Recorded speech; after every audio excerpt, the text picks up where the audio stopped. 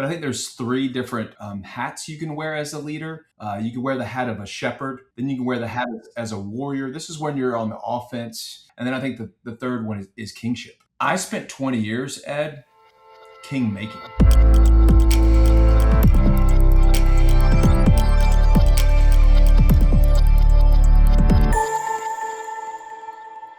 Welcome to LED, everyone. Leadership with Ed.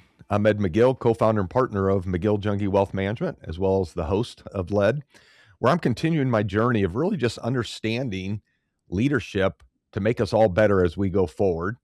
You know, for those of us that, for those of you that have been here for now over a year, appreciate the large following that we're starting to pick up, and you know, always like, comment, 5-star ratings, things like that always help and matter. And just remember that we're on Spotify, YouTube, Apple Music, and then we drop every other Wednesday bright and early.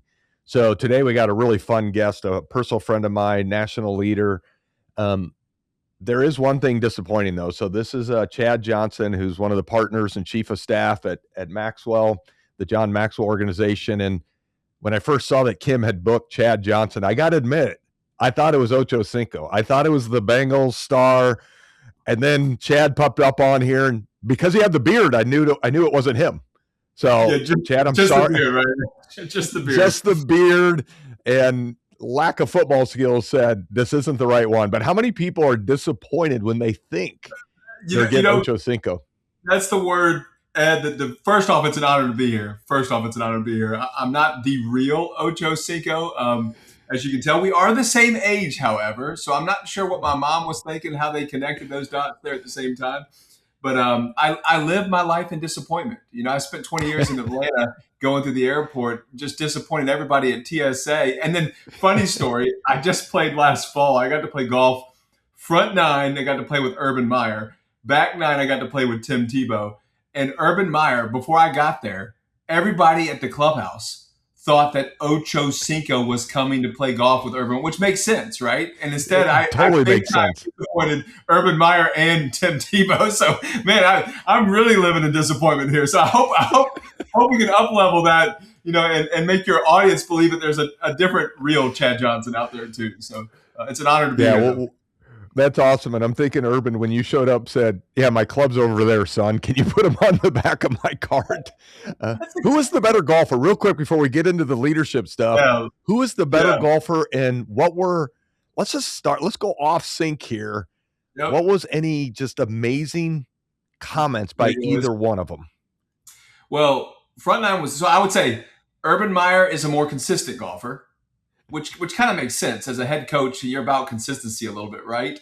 And Tim Tebow was a longer driver, you know, greater upside, right? He could go eagle on a par 5, whereas Urban's going to probably get that par, right? But consistently. So it's like, which one do you want to take? Because seriously, Tim Tebow can hit 350 off the tee, absolutely crush it, and he's a good golfer as well. Just doesn't play as much as Urban. And Urban, man, he's just methodical, thought out, like knows the measurements, knows everything about the course, like just dialed in from that vantage point. Whereas Tim's kind of having fun, right? Like he's just hamming it up a little bit too. So, but I will tell you this, on the back nine, we got serious with Tim, and I asked him, I said, hey, Tim, speaking of leadership, what's the greatest leadership trait that a leader can have? And we can all agree, Ed, I know that there's not one leadership trait that makes up a great leader. There's multiple, but it was an interesting dialogue. And my initial response was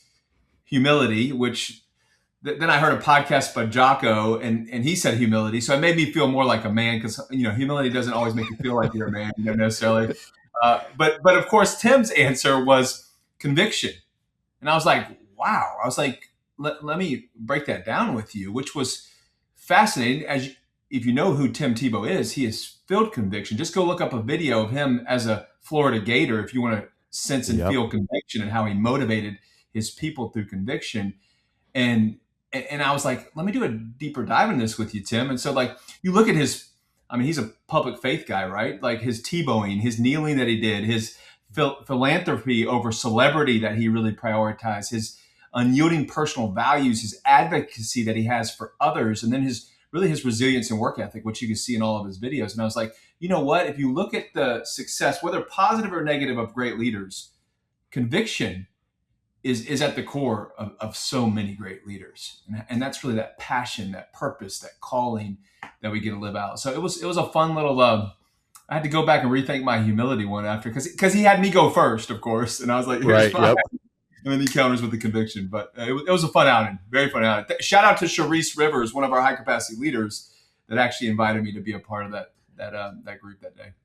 That is awesome. And I've been fortunate to meet Tim twice, one time at the high capacity leaders, which we'll get into Yeah. that you'd put down on down in Florida. And then with John Gordon, who's been on the podcast with the training camp, and his warmth and just, he's just a good dude. One, Yeah. he's big. His shoulder, he does not miss arm day, leg day, big toe day. He is just put together, but he just exudes. He just exudes. I mean, every part of him is just big. He just exudes kindness, and he looks at you when you talk. And so I could see humility being in his list, because the fact that he talked to Ed from Iowa just as if he was talking to, someone that actually mattered was pretty impressive, on that side. So that's awesome. And his whole night to shine and what he does to give back to people. I mean, he obviously has a care and compassion that complements his conviction, which I think those words, I put them humility and confidence. Like, I think, man, if you can live that out as a leader, just those two traits, it can take you a far way with those two words. It really can. And last thing I'll add to that, because Ross, who you've met, my business partner Ross, one of his favorite lines is, to be humble and hungry. And I read somewhere, I can't remember which book, but it's always resonated with me. Confidently humble. You're confident in your abilities, your skill set, what you've built, but you're also humble enough to know, I need to keep asking questions. I need to keep growing. There's more to learn. And I've always loved, that thought of walk the walk of a confident fighter, not a loud, boisterous fighter, but someone that's just walking and you're like, man, that person carries themselves differently. And then when you talk to them, that humbleness where they're asking you questions and stuff. But let's talk about the high capacity leader. So we'll get to the John Maxwell organization where you've been such an integral role in the growth of that. And obviously John's, the OG of just leadership in general, but now you're carving out this niche with high capacity leaders. Tell our listeners what it is. And for everyone listening, we're going to put those links in the chat at the end, so everyone will be able to look that up. And if it's something you're interested in, but what is high capacity leaders? Yeah. Well, to back up a little bit on the story of how we even got to high capacity leaders is I've been with John Maxwell for 24 years. That those who don't know who John Maxwell is, I mean, he is the GOAT in leadership and personal growth. He's the MJ that is to basketball, the Tom Brady to football, which there's some debates out there on both of them, whether it's LeBron for basketball or whether it's Peyton Manning for football, right? Like who's the GOAT? But I mean, he is that. He's the godfather in that space. He's 79 years old, just been running for a long time and done it consistently for 50 years and done it with class and with, extreme competence and just adding extreme value. And so for me, when he was 75, so this was 4 years ago, I really felt compelled that I had a stewardship responsibility. Here I have access to the borrowed belief and trust of truly a once in a century leader in John C. Maxwell. I mean, 40 million books, like just global. He is a global GOAT, if you will. He is. And so, I'm his agent, I'm his chief of staff, I'm in his inner circle. There's only about 5 of us, and I'm the youngest in there at only 23 years, or at this time when I was probably at 20 years with John. Everybody else was 25 or 30. Like, people in his inner circle, they just stay with him because he values them. He values the people that he surrounds himself with. And inside of that, it became this, Andy Stanley has this quote that leadership is a stewardship. It's temporary, but you're accountable. And so I began to really process through, what am I doing to carry forward the legacy of a once in a century leader like John Maxwell? How can I help be a bridge to the invitation I've received from humility and confidence to get in that circle? How can I invite other friends of mine, like even selfishly, like the Eds, right? The Jordan Montgomery, the people in my world, our world, that were like, what if we come together, learn and grow, and then help ideate and dream and build and champion and cheer and encourage and support and challenge. Like, what if we created these environments where we could sit at the feet of a once in a century leader like John Maxwell and impart that legacy, wisdom, and insight while we have him still running at 100 miles per hour, top speed? And then we get to catch that leadership legacy baton and then carry it in our own rights, in our personal growth, our business growth, and our leadership growth. And those are really our three pillars that has now morphed in what's called high capacity leaders. And our flagship is a year-long mentorship program where we go and attract and gather application referral only 150 top leaders from across the country. So this is leaders that are successful, but they also have this heartbeat like you, Ed. They want to go make a difference, whether that's for their community, whether that's in their personal life, their family life. They want to go make a difference, not just be, successful financially. And even successful financially, we attract people that want to be generous because of their financial success, right? Like that's how do I make more so I can give more? And so when you create the DNA of a high capacity leader, they want more for you than they want from you. There's a posture of heart of growth. How do I learn? Curiosity. Like, everybody has value to give. And so we've created this gathering. Our flagship, again, is a year-long mentorship program that John Maxwell is the front-running sage. But inside of our community, you'll find four things: sage wisdom. Right now, that's John Maxwell, but that can be replaced with other sage wisdom in the future. Community and connection. Ed, right now, and you know this in Yeah, your world, community's but so big. Yep. gosh, I mean, the longevity of life is now more dependent on community and connection. It's proven statistically than how much you work out, how well you eat, like Do longevity you of have life. connections? Do you belong to a tribe, a community, a something?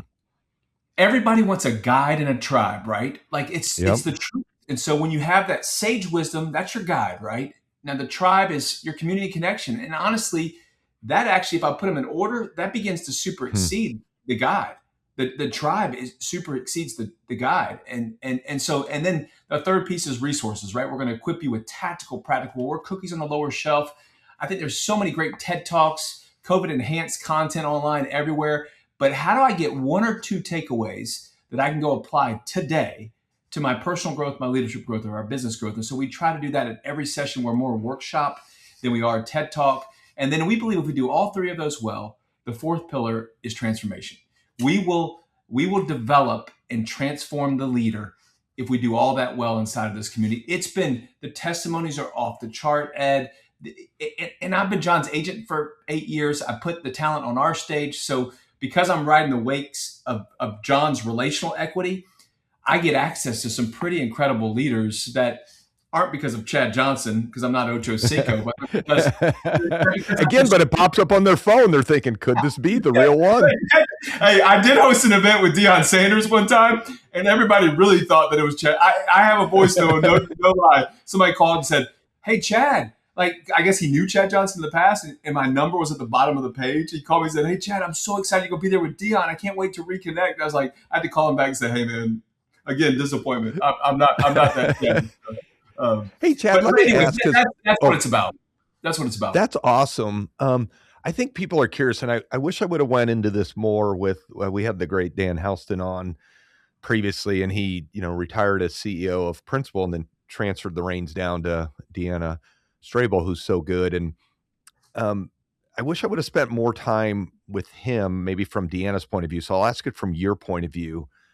You have this legacy that John's created, but when do you know if you're in that wake of someone else, when it's your time to create some? You've been very not reverence, not the right word, where you said we still need the sage, but how did you know, or what were you thinking? Like, okay, am I overstepping my boundaries? Am I going to irritate people in here?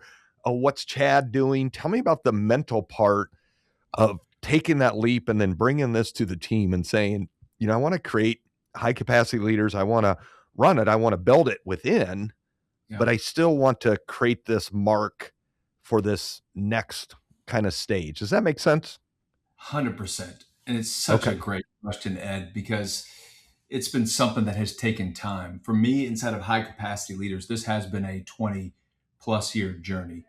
And I break it down to segments. This is a little bit of spiritual terminology, but not as well at the same time because I think it applies to the corporate spaces. But I think there's three different hats you can wear as a leader. You can wear the hat of a shepherd, which is a little bit of servant leadership. Then you can wear the hat as a warrior. This is when you're on the offense.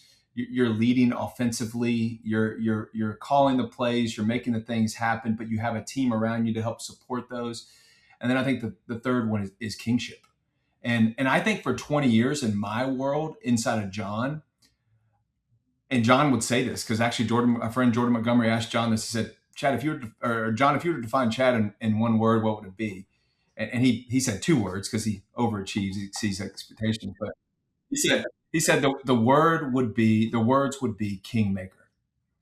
I spent 20 years, Ed, king making, which really is shepherding and warrior side for me in that analogy, on the offense, if you will, because I was all about propelling the visions of a once-in-a-century leader, which is easy in my case because it's John Maxwell, right? But I was even propelling the visions of Mark Cole, our CEO, as well, and I still continue to champion those. I'm still called to be a king maker in what I get to do. How do I propel other people? It's actually a lot of what I do in HCL as well, in high capacity leaders.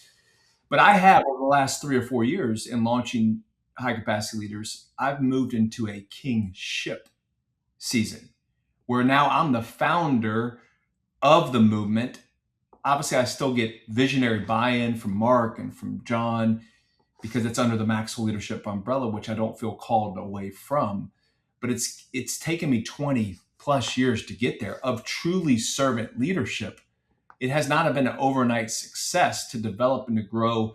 And I think you need to look at this season of servanthood, of shepherding, of warrioring that almost naturally has to take place before you move into that true, almost gifted, called kingship season of time that I'm just now, later on in Q3 of my life, identifying and pulling out and really living out for what high capacity leaders has to offer as the vehicle to that season. And so I'm still, even the season of HCL that I'm in right now, under Maxwell leadership, I still flux back to the shepherding, the warrior, the kingship side over time, but I'm living more in that third space than I had previously, but it took time to get there.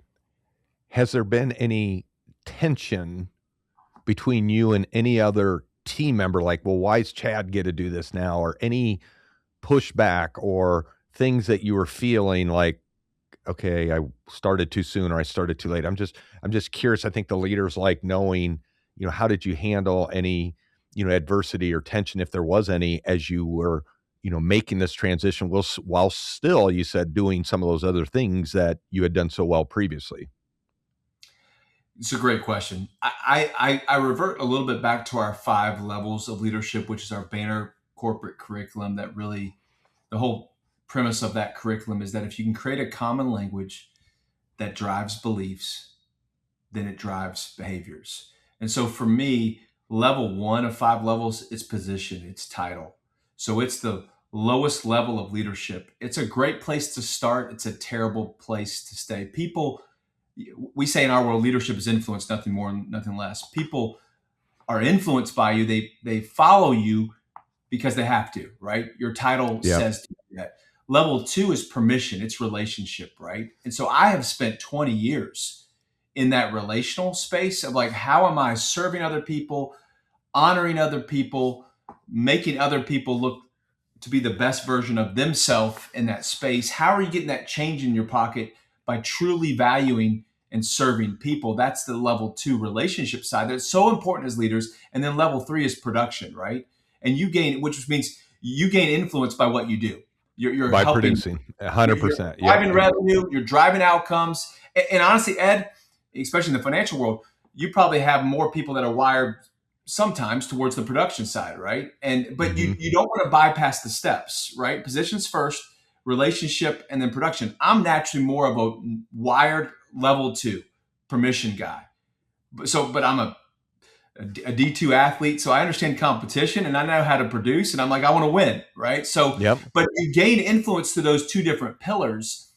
And then when you get to level 4, which is reproduction, which I feel like I'm in that season because I have done 1, Mm. 2, and 3 so well, so consistently. And I'm even doing level 3 right now inside of the new initiative that is producing new relationships, new revenue, new outcomes that really wouldn't have been happening if I hadn't have really been the visionary behind it to get it done. So I've stacked those levels appropriately over a compounding consistent time.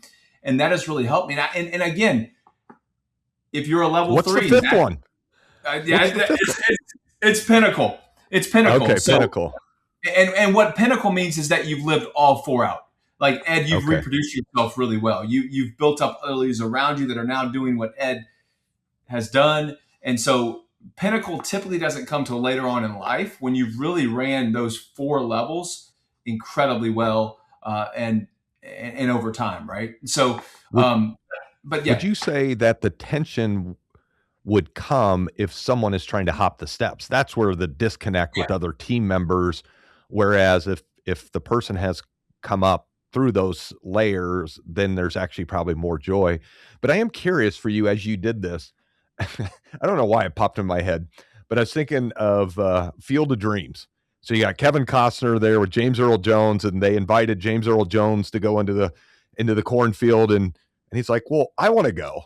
And Ray Liotta goes, "Well, you weren't invited." And he's like, "Well, this is my field, and this, and stuff." Did you ever feel or see as others were moving through, like, well, why aren't I being elevated or moved to the next step? Or was it always pretty clear the path that you were on?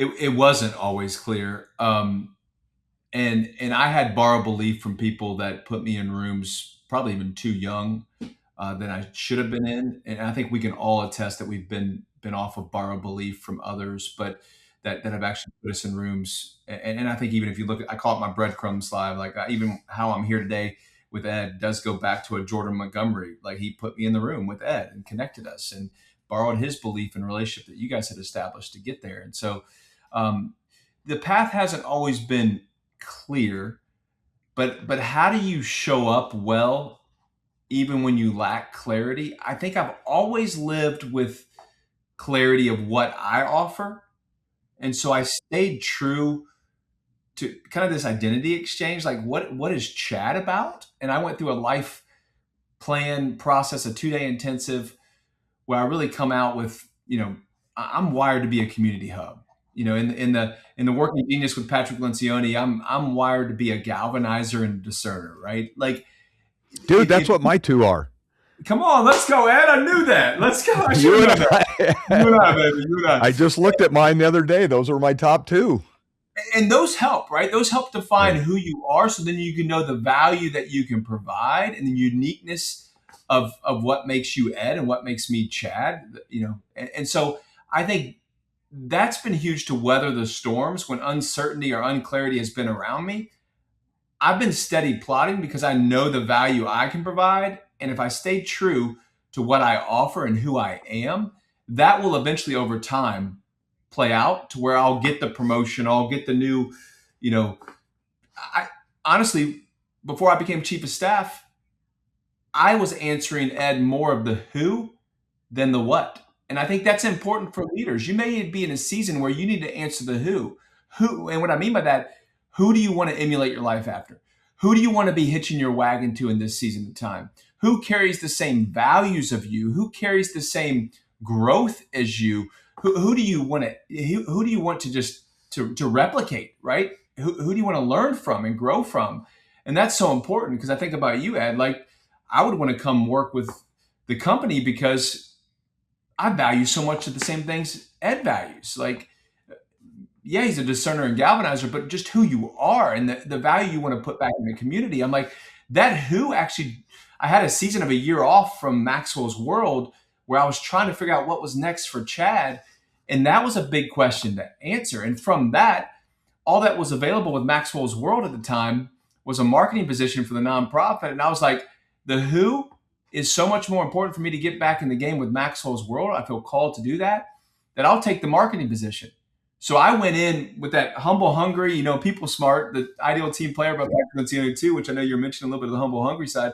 And I jumped right back in, and I was like, put me in. And then sure enough, a week later, Mark Cole is talking to John Maxwell, and John Maxwell's like, Mark, who do you have as a right hand that has your heart, values people, leads like you, has the tenure inside of our organization?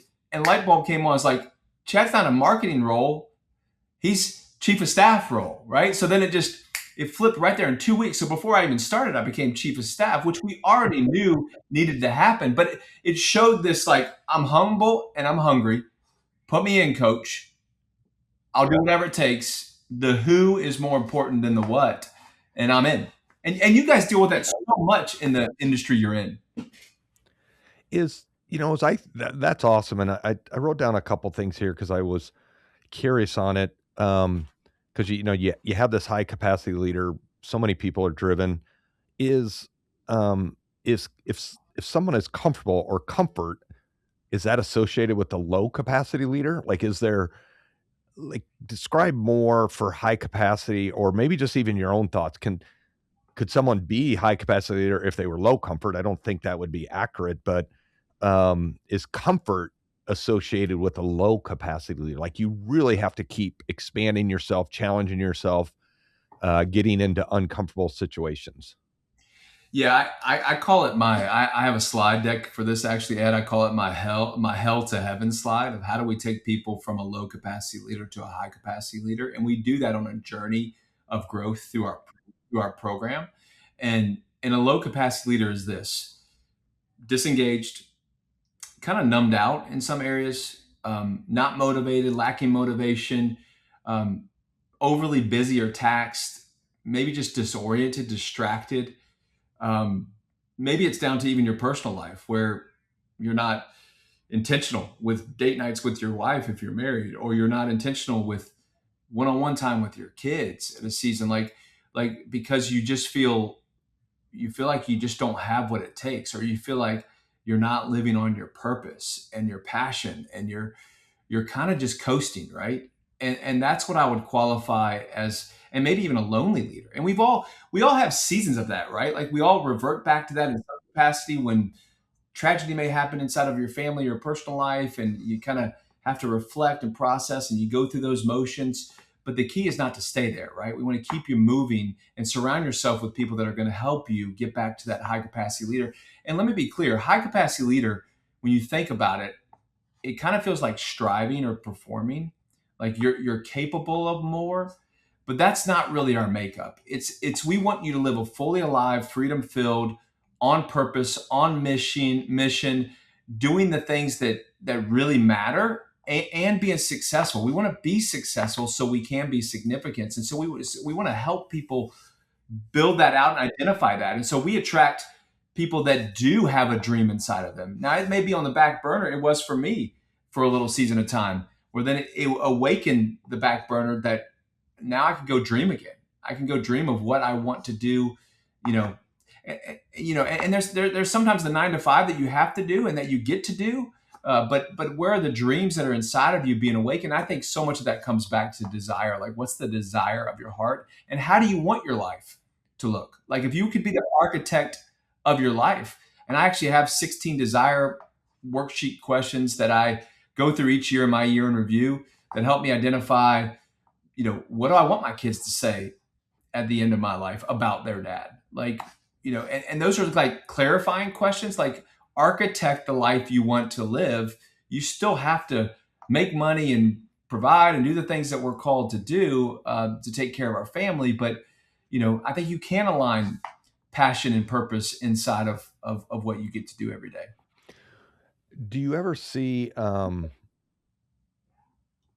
at what point does too much discomfort or too much striving actually move you from high capacity to breaking people or burnout, or that constant striving? Or is it, if you're staying true to yourself and purpose and mission, you don't see that? Or do you see actually some too much discomfort and you just kind of take yourself off an edge? I think too much discomfort, and if I'm really going to get to the root of it on this subject, Ed, I really believe if you're overdoing it and compromising the things that really matter to your life, you're operating a little bit in a false self. And I've been guilty of that. I have been guilty of, there's this whole exercise I go through that's a little more personal, where there's a wound that has been created in us. Some of it may be a coach, maybe a teacher, maybe your parents. A lot of times a wound comes from our dad, whether a great dad, bad dad, indifferent dad, disengaged dad, whatever it may be, wherever you're at on the spectrum, there's a wound that's created from someone in our childhood, typically growing up, that leads to a lie. And that lie, Ed, is typically an I am statement. And that's a lie that comes from the wound. So to get very vulnerable with your audience and with you, I had a great dad. My dad passed 5 years ago. Outward side looking in, great dad. He was a great dad. But also, my dad was a passive dad. He was a disengaged dad on telling me, here's what boyhood to manhood looks like. Here's how you should date a woman. Here's how you should run a business. Here's the habits and disciplines you should put in play, even down to the point of here's how you fix a car, or here's how you fix a tire, change a tire. Like, I didn't get that. I got so much of my upbringing. He outsourced that. And this isn't a knock on my dad. He outsourced that through faith-based schooling, faith-based industries and organizations that he put me in, where I got mentored by coaches, and then I got mentored by my peers, right? And so I learned so much of that in locker rooms and other things, but that created in me a lie, an I am statement that I am disqualified.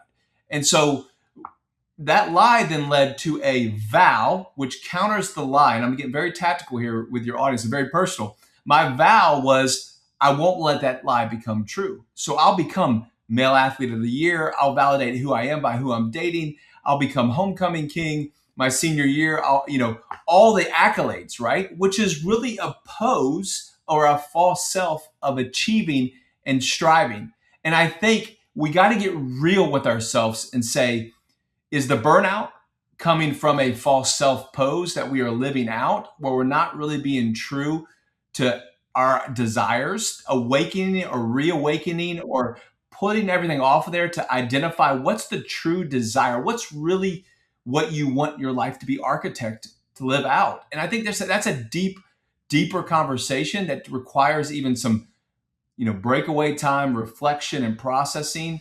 And I don't want that to feel woo woo. That's not my intent, because it actually is awakening the leader inside of you. It's awakening the warrior inside of you, the true warrior that produces a great king. And I think that's so important, because for myself, I've lived out of the pose for far too long, from people pleasing to trying to hit the numbers that make me feel like I am somebody. There's a euphoria that comes with that, even from a sales standpoint. But gosh, where is that purpose and passion and that true desire that you need to awaken inside of you?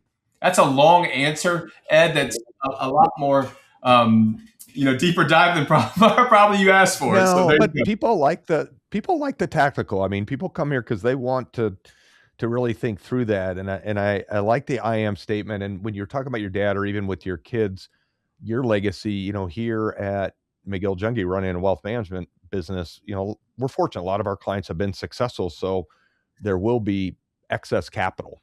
And so then Yeah. it's, what's your legacy? What are you looking to do? What's the impact?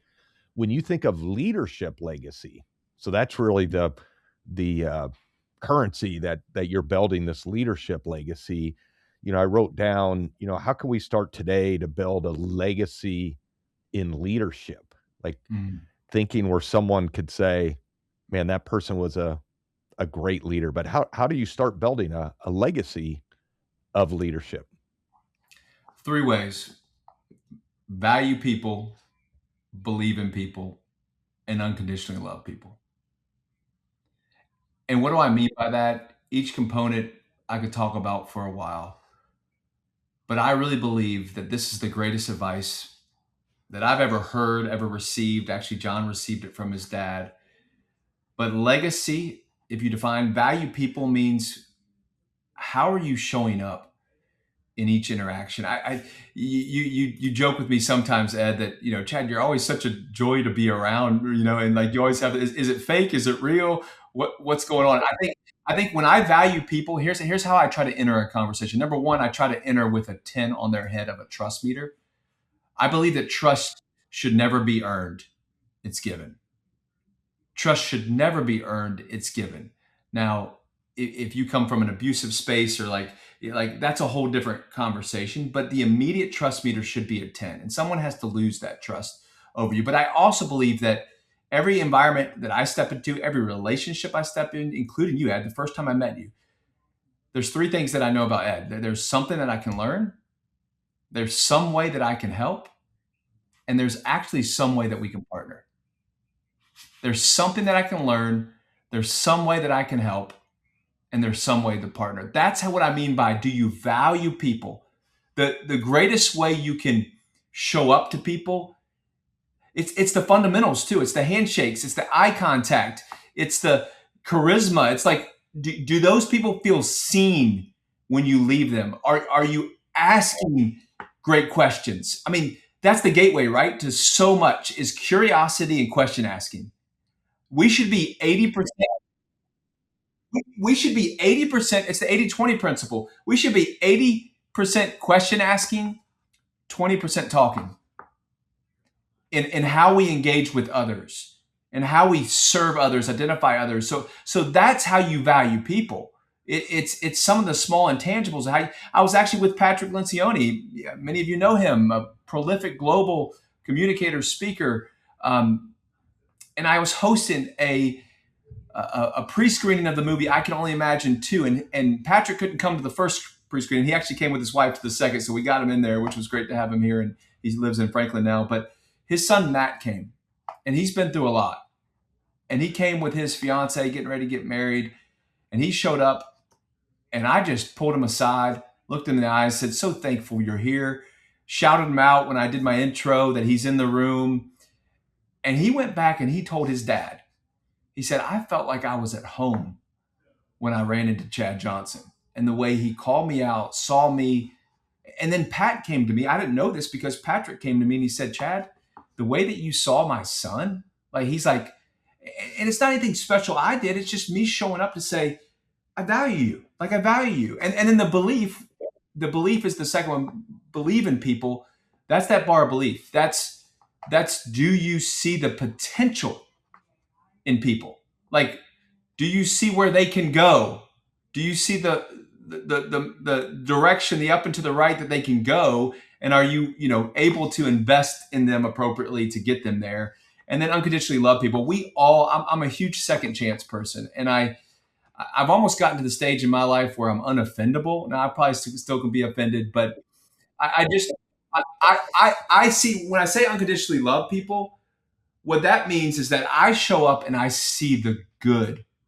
Everybody, yeah, everybody has all the things of life, the stories of life that has scarred the good. But the reality is that everybody has a good heart. There's just been things in life that have detoured them from a true and good heart being lived out. So how do I see? I've been guilty of being an opportunistic too much, but it's because I see the positive. I see the good. And that's what unconditional love looks like. And I really believe if you live out all three of those, that is a legacy formula and model in your personal life and your professional life that at the end of life, everyone will look back and say, "Well done. Well done Life for well how you lived." live your life." Yes. When you talk about, how you live your life, if someone's been a low capacity leader or made mistakes in their life, do they need someone like you to pull them out? Can you self pull yourself out? Tell me about, just picture those people out there maybe listening going, "Yeah, shoot, I've been in LCL for the past 5 years and I Yeah. don't really have anyone that believes in me or loves me. And because I haven't really exuded lovable traits or things like that." But how does someone get pulled up and to the right? Is it always finding a Chad that can see that, or can someone pull themselves out? Well, it starts with investing in you, right? Like you have to believe. Yes, it's personal self growth first. You have to say, I'm going to bet on me, and that may look like start reading a book, start listening to some podcasts, start taking people to lunch and learns, and just asking incredible questions that are going to help you grow. Like, what are you doing to invest in you first?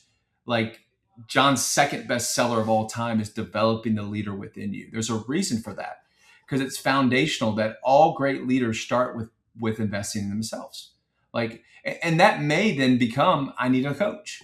I need someone to help elevate me to the next level of my journey. I need someone to help even motivate me and hold me accountable to what I know I can become. And so sometimes the coaching side does come, but I do think, what are you currently doing? If you're in that spot of a low capacity leader, what are you doing to awaken the leader inside of you? I talk about that often. Like, how are you awakening the leader? Because everybody, and here's the reality. I'm getting ready to talk to a bunch of women through House of Color company in April, and we're going to talk on the confident leader. And it starts with you, and then it starts with a community connection, and then it ends with, like, you just got to be consistent. And so, I think that goes back to this rule of five that I talk about too, that we've hit on a little bit before. But I think as a leader, like, are you willing to do the deep work, to invest in you, get the help you need to, as a coach, potentially in the future? You guys are huge at that in the Northwestern Mutual culture of coaching and teaching and training too. So hopefully that gives a little Yeah. context there. No, it does, and it made me think of on a previous podcast with Jill Schulman, who wrote the Bravery Effect, and we were talking about how does someone become brave. So you could really say, how does someone become an HCL? And she, because she had a military background, was saying, you got to attack the hill. That's when she was a Marine. Okay, let's attack this. So if you're going to be an HCL, let's attack it. But also, we talked about, if you're going to go to the gym and you haven't lifted weights in a long time, you don't throw 3 plates on the bar and say, hey, spot me, Chad, and then it caves in your chest. You start, and if you're doing it right, you're going to feel it the next day. You're going to be sore, and you just kind of just keep moving forward. So with today's environment of so many positive podcasts, it really could just be, or books, podcasts, etc., could just be, okay, this is going to be daunting. I'm just going to start with one positive podcast every Monday when I start my week, and just gradually keep, exercising that HCL muscle to eventually, you get there. And it was great hearing Chad just talk about whether it be, John's books, and, obviously John Gordon's been on here before, his books. And then there's podcasts. The other day I listened to one with Alex Smith and Shane Betty, the Glue Guys. And I'm like, oh, that's awesome. That was a lot of fun. And everything's out there where you can start making that first step and then develop into, do I need a coach? How do I get to the next level on that? So I think that was great foundational. I'm going to ask one last question. And real quick on that, Ed, too, like, here's a simple thing I have in front of me every day. Like, and this is a card that I read every day when I come to the office. And it reminds me of actually the high capacity leader that I'm called to be. And I'll unspiritualize a little bit for the audience here, but this is me. It's titled Every Morning Motivation. I love my wife, and I will lay down my life to serve her. I love people and believe the best about others. I am disciplined. I develop leaders. It's not something I do, it's who I am. I wake up with purpose, direction, and meaning every day of my life. I love my job. It's not just a job, it's a calling. I will bring my best and then some. I love this line.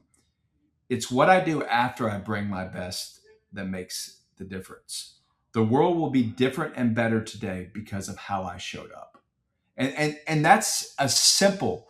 And then we have talked about the rule of five. Like, what are your everydays that are unique to you? It doesn't have to be 5. Maybe it's 1 to start off with. Take baby steps, right? So let me give you an example. Every day for John Maxwell, it's every day I read, I write, I think, I file, and I ask questions. Those are not like religious, like, got to do it for 5, 10, 20 minutes.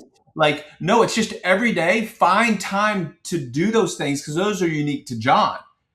Every day, mine are every day I journal, every day I ask questions, every day I add value. So I look at people on my calendar every day and I'm like, where in my day can I add the most value to this person and how can I do that? And then, I have my other two that I bake in there too. But what are your identify? Because the analogy is if you have an axe and every day you go out to the oak tree in the front of your yard and you hit at an angle in the same spot every day 5 times, 1, 2, 3, 4, 5, over time, what's going to happen? The tree's going to fall. So just start getting in the game of creating some level of habits or consistency that you can stick with, and they don't need to be got to work out 4 times a week. Like, make these everyday habits that actually you get joy from doing and find value in doing, and that are unique to who you are. Well, and I love what Chad, and maybe that's the great spot to end on. I'll skip the last question because it actually wasn't that good anyway. So, but and it might have. I'm not sure if you could have answered it, so we don't want to put you on the spot. But I love just the way that ended with get in the game, get in the game, step onto the field, get into the arena. You don't have to play all 4 quarters. Just get in there, get started, get in the game. And I love that. And Chad, you're one of my all-time favorites. Your heart is just so awesome and pure. And for those that have been impacted by, John Maxwell's organization, but also now what you're doing with the high capacity leaders across the country, you are making the world a better place. And so many are thankful for it. And I'm very appreciative of our friendship and look forward to continuing that going forward. So thank you for being on LED today, my friend. It's such an honor, such a gift. You're one of my favorite people, Ed, and what an honor to be with your audience today. And hopefully we added some value today. Thanks again for the opportunity. So everyone, this is Ed McGill, host of LED Leadership with Ed, signing off. And again, if you found value in this, make sure you like, comment, post, etc., and look for the links to some of Chad's work in the comment section as well. Have a great day, everyone. Appreciate you.